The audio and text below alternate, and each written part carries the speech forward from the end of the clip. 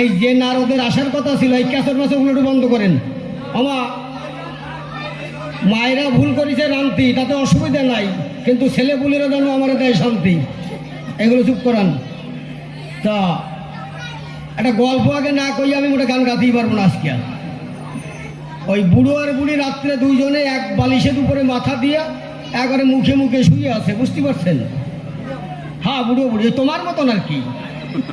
নারদের ভূমিকায় থেকে দলের পরিচয় দিচ্ছে, এ সিদাম দা, ও গোসাই দা, ও আমক দা।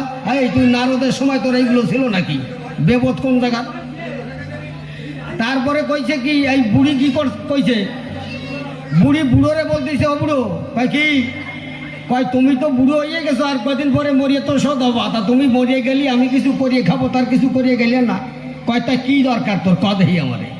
কয় আমার একটা জার্মানি গাই কিনে এনে দিতে পারো?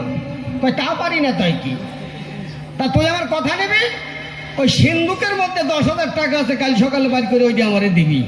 এখন ওই সকালবেলা ওই 10,000 টাকা বাড়ি করে বুড়োর দিয়েছে, বুড়ো ওই টাকা নিয়ে কিন্তু হাটে চলে গেছে। এখন হাটে যাইয়ে দেখতেছে হাটের একেবারে সামনে সুন্দর একটা গাই গরু বাঁধা আছে, একটা লোক বসে আছে গরুর কাছে। এখন যে বলছে, ভাই তোমার এই গরুর দাম কত? কয় 10,000। কয় পোড়া গোপালিয়া, আমি আনছি 10,000, সব যদি তোরে দেই তা আমি নিয়ে যাব কি? 9,500 রে। কয় ঠিক আছে দাও। কিন্তু ওই যে গরু নিয়ে বসে আছে ওই শয়তানের আর দুইজন চার দোকানে ফিট করা আছে। এই বুড়োর কাছ থেকে টাকা নেওয়ার পরে ডাক দিয়ে বলছে, বুড়োর ধারে, বুড়ো চলো একটু দোকানে যে চা খাই। এখন ওই দুইজনে চা খাইতে গেছে, আর যে দুই শয়তান ছিল ওই দুটো বাইরে যাইছে।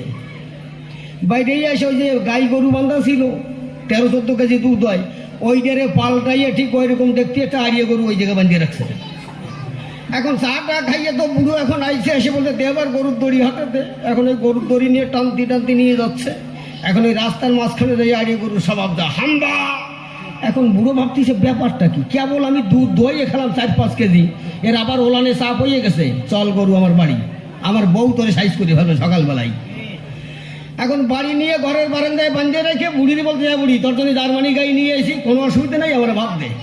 ভাত খাইয়ে দুইজনে শুয়ে আছে। বুড়ো বলতেছে বুড়ির কাছে, এই শোন, এই ওই সকালে উঠে একটু দুধ দই আমার একটু ঘন করিয়ে দুধ চা বানাই দিই, জরম ভরে তো লিকার চা খাইয়ে গেলাম।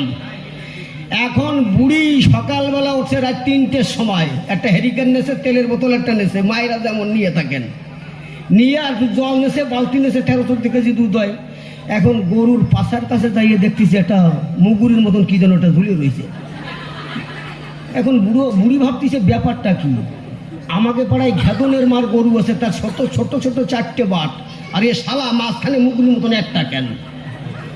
অতিবারে জার্মানি গাই যখন বুড়ো কইছে ওই একটাই অতিবারে। এখন বুড়ি তো ওই জায়গা যাইয়ে মাখাচ্ছে তেল, ওই জায়গা তেল মাখাইয়ে জল দিয়ে ধোয়াইয়ে তেল মাখাচ্ছে, ডোল দিছে আস্তে আস্তে।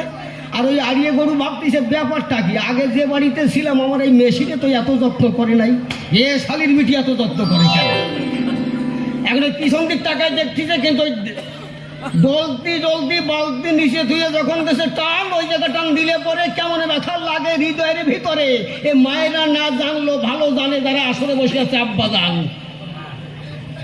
20 হাত তুড়ি লাথি মেরে চিৎ করে ফেলাইছে। বুড়ো কয় তুই কাতরাস কেন? কয় আমি কি কাতরাই তোমার গরু। কয় কেন কি হয়েছে? কয় আমার লাথি মারছে। কয় কষ্ট কি, আমি তো দোয়াইয়া দেখলাম আমার তো লাথি মারে নাই।